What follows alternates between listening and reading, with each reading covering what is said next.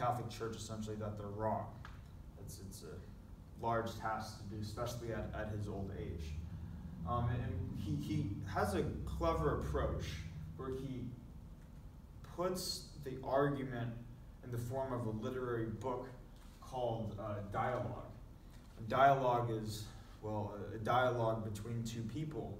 One of them is clearly arguing for heliocentrism, and one of them is arguing for geocentrism.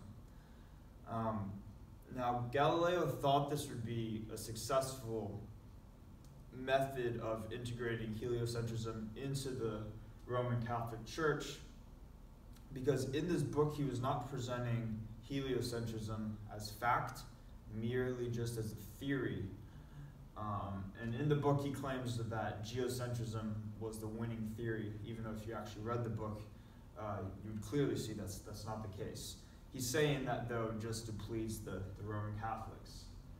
And this plan honestly would have worked, except his plan was slightly foiled because during this time, a new pope comes into power named Pope Urban VIII. And Pope Urban VIII reads this book called Dialogue and notices that the character arguing for geocentrism sounds quite similar to him, and the Pope feels like he's being mocked. And the Pope doesn't take this lightly. You don't mock the Pope. That's not a thing. So the Church, because of this, they reject Galileo's book, and they basically give him an ultimatum. They tell him that you have to admit that everything you put in this book, every argument for heliocentrism, and all the discoveries that you made that come with it are incorrect, and that you will be living under permanent house arrest for the rest of your life. They said that if you don't do that, we will torture you and we're going to kill you. Galileo, thinking out for his own self-well-being, and what one might initially logically think, Galileo chose to live under permanent house arrest. So the question that I wanted to pose, and partially because that's what the project was for, was Galileo justified in this decision? And then I'm using the different ethical viewpoints that we examined throughout the course. So if we look at deontological ethics, which are ethics that are based on a law, according to the Roman Catholic Church, which was more of a governing body than it is currently today, the law stated that you're not allowed to talk about heliocentrism. And since Galileo did that, regardless of how he presented the information, he discussed heliocentrism and argued for it. So it's a pretty black and white issue if you're looking at it from a deontological point of view. And Galileo is not justified in trying to present heliocentrism to the church. If we look at utilitarian ethics, we can see that if Galileo decided to do the alternative of what he actually did, if he said, I'm going to give up my life, I'm not going to renounce what I said, I know what I said is correct, his work could have potentially contributed more to the general human knowledge about reality. And this would create a much greater common good, satisfying many more people just for the suffering of one, which would be himself.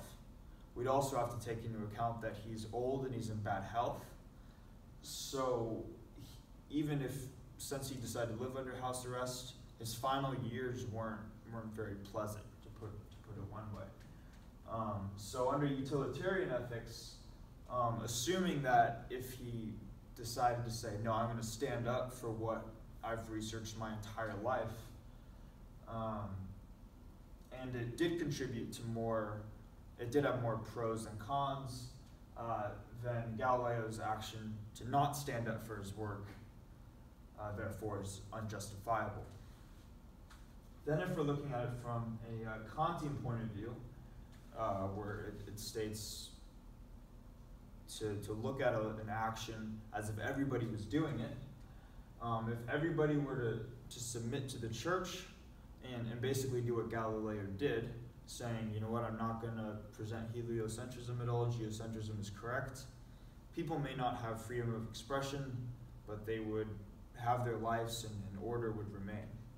However, if we looked at the alternative circumstance, or if everybody were to say, you know what, I'm going to stand up for what I believe in, I don't care if I die for it, you have a situation where essentially everybody dies, and that's not a good thing. So under Kantian ethics, unlike deontological and utilitarian ethics, Galileo's actions are justifiable.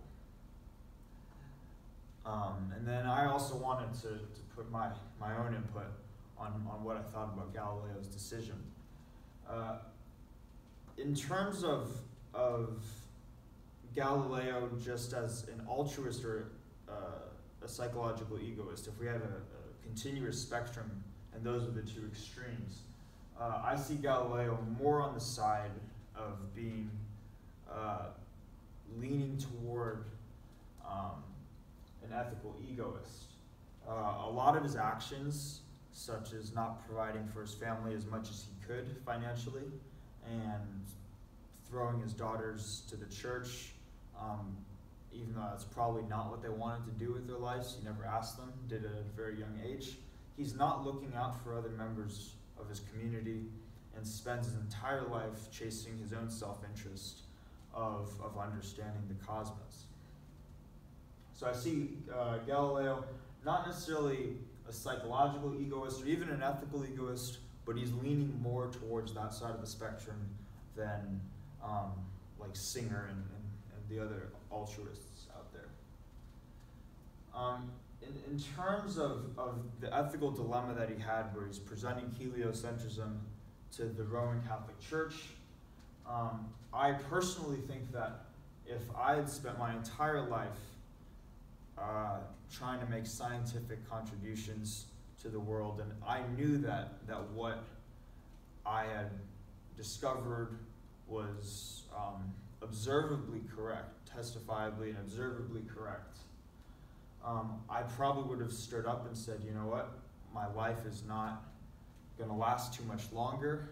I'm willing to sacrifice myself if it means that humanity as a whole can gain more knowledge.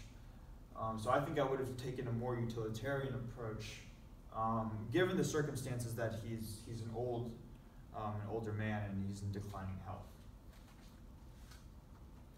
And then lastly, I made a little ethical will for Galileo, and he didn't actually have one, so I just made this up myself. But this is what I would imagine that he would say, where he says, "Dear Virginia, Livia, and Vincenzo," which are his kids, "I was not present during the majority of your lives, so I prefer to not present a lecture, but rather keep this ethical will short. In my declining health due to the plague, I pray that you continue to live your lives as productive Italian citizens. You have already completed your duty as faithful children throughout my lifetime. I also pray that you continue to